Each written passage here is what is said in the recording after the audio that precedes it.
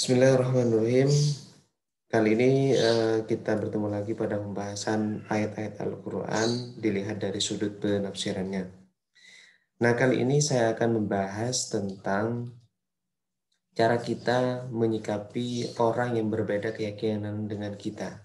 Apakah kita itu memperlakukan sama sebagaimana kita itu memperlakukan kepada orang yang sekeyakinan dengan kita, atau justru sebaliknya, kita memperlakukan orang tersebut dengan perlakuan yang kasar, seperti halnya memerangi mereka atau mengusir mereka dan lain sebagainya. Nah,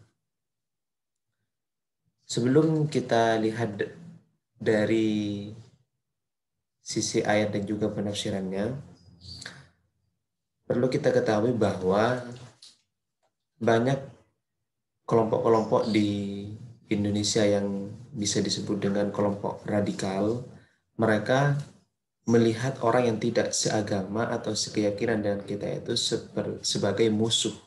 Bahkan mereka cenderung mengkafirkan, menyesatkan mereka.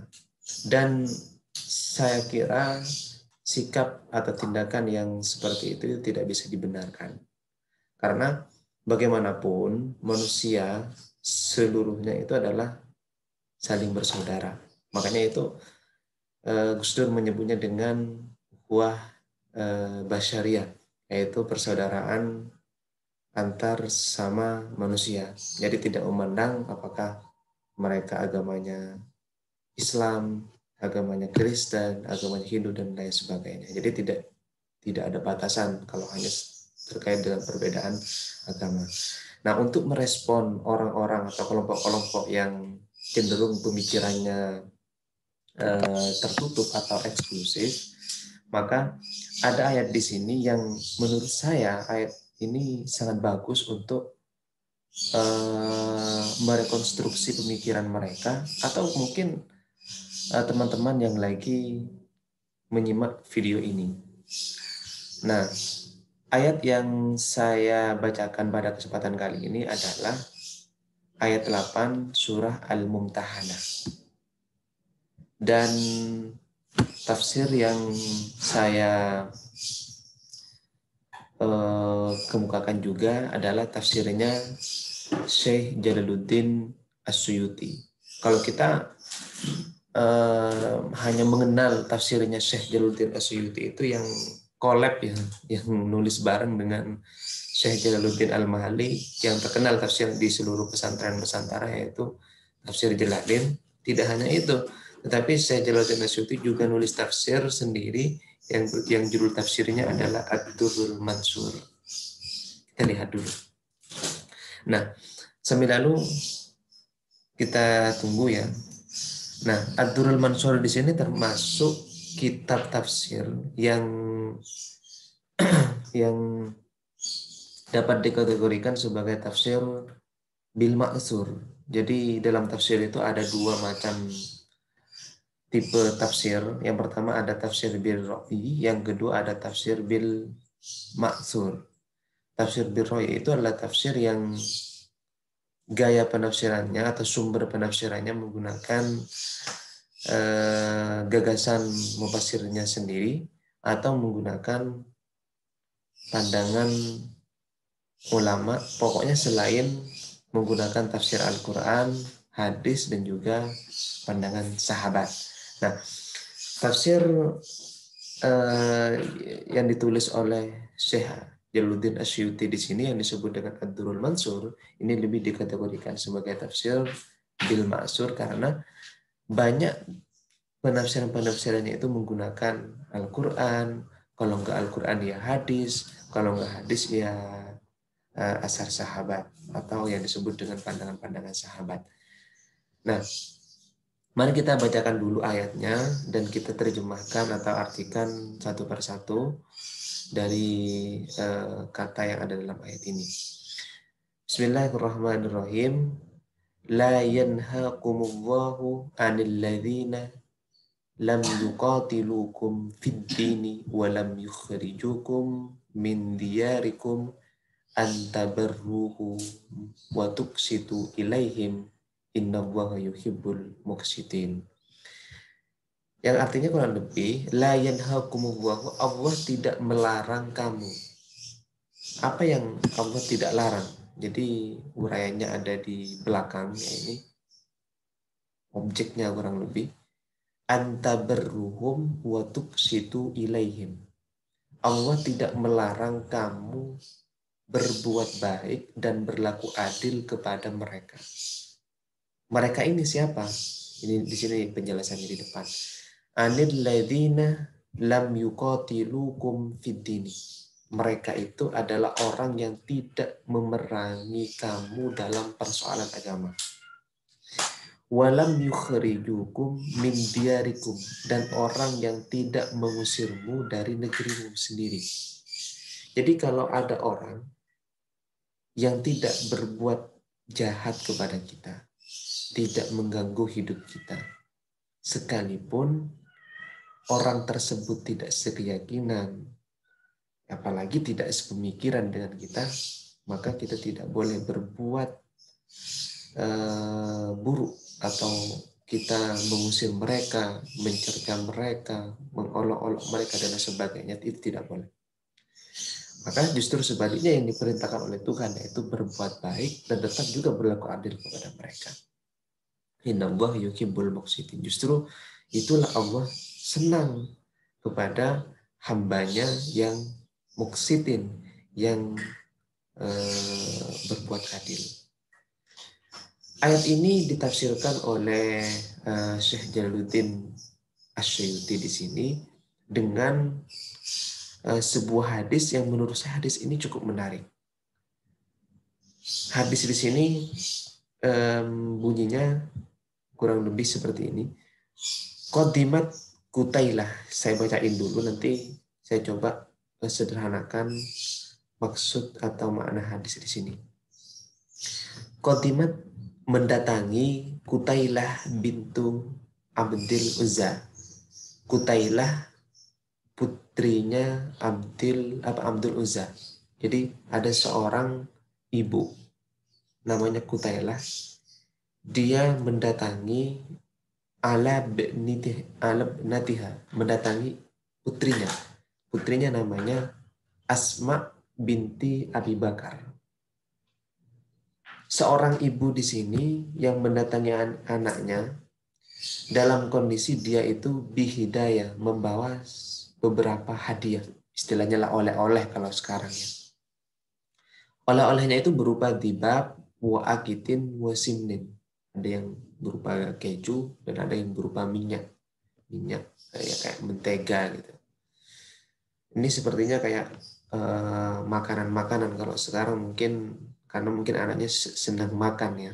Jadi ini dibawain makanan. Wahia musyrikatun. Tapi si ibu ini istilahnya tidak Islam. Dia itu disebut dengan musyrik.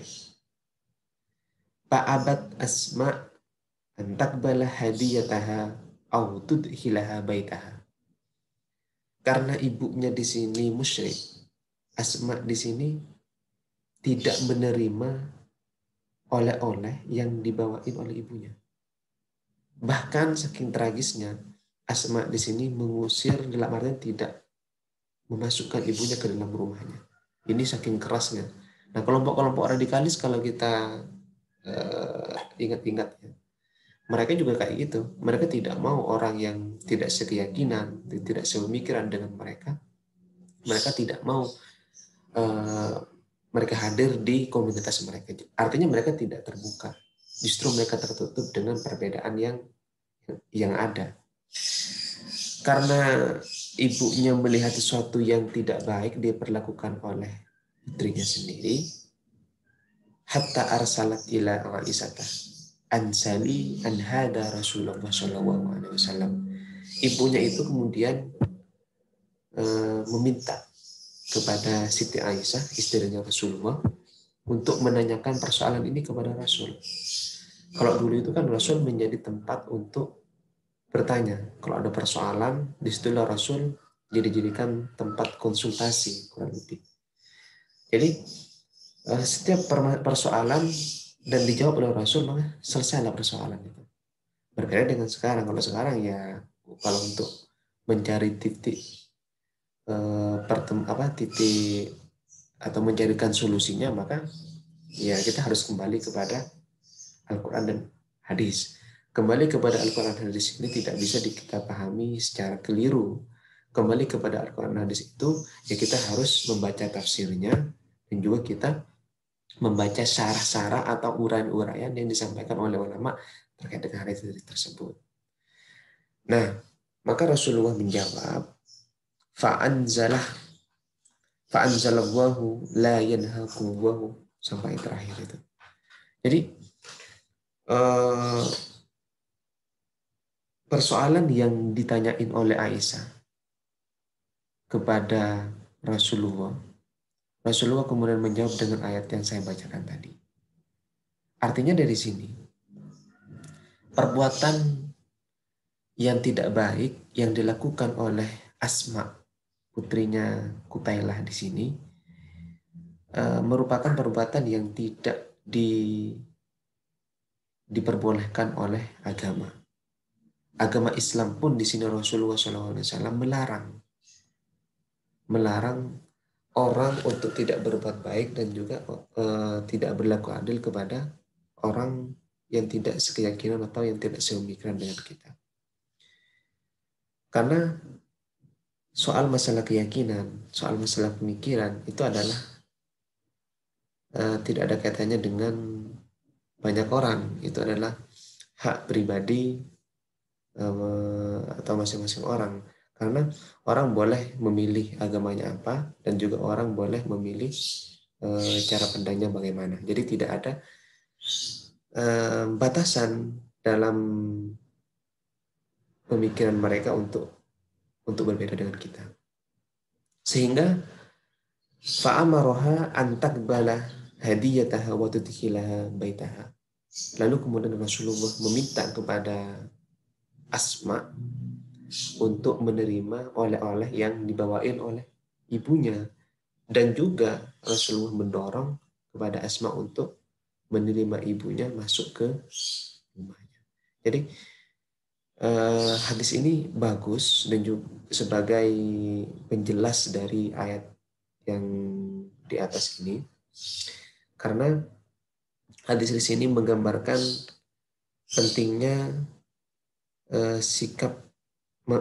membangun sikap toleransi dalam hidup ini.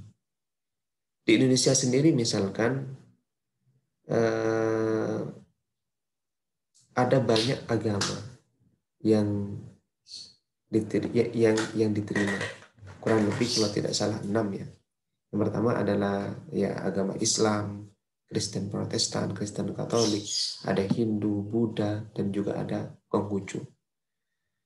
Pada mulanya kan Konghucu itu sebelum Gus Dur menjadi presiden itu tidak diterima, ditolak oleh orang-orang Indonesia. Tapi kemudian ketika Gus Dur menjadi presiden, agama Konghucu ini baru diresmikan. Karena bagi Gus Dur itu tidak ada paksaan di dalam beragama, la ikraha fiddin dalam ayatnya. Jadi tidak ada paksaan di dalam beragama. Orang mau memilih agama ini, mau memilih agama itu, mau memilih agama apa, itu terserah mereka. Ini tidak ada batasan dalam diri kita. Nah, ini penting direfleksikan, dan juga mungkin penting juga bagi teman-teman yang menyimak video ini untuk menyampaikan kepada mereka bahwa Islam melarang orang apalagi pemeluknya untuk tidak berbuat baik dan tidak berlaku adil kepada orang yang berbeda keyakinan dan juga berbeda pemikiran dengan mereka. Tetaplah kita memperlakukan mereka sama, baik agamanya apa, etnisnya apa, budayanya apa, bahasanya apa, tetap memperlakukan sama, karena mereka itu adalah saudara kita. Mungkin itu ya video kali ini. Sampai jumpa di video-video berikutnya terkait dengan pembahasan atau respon Al-Quran terhadap isu-isu atau persoalan yang terjadi di dalam kehidupan kita. Ini bersih loh ya.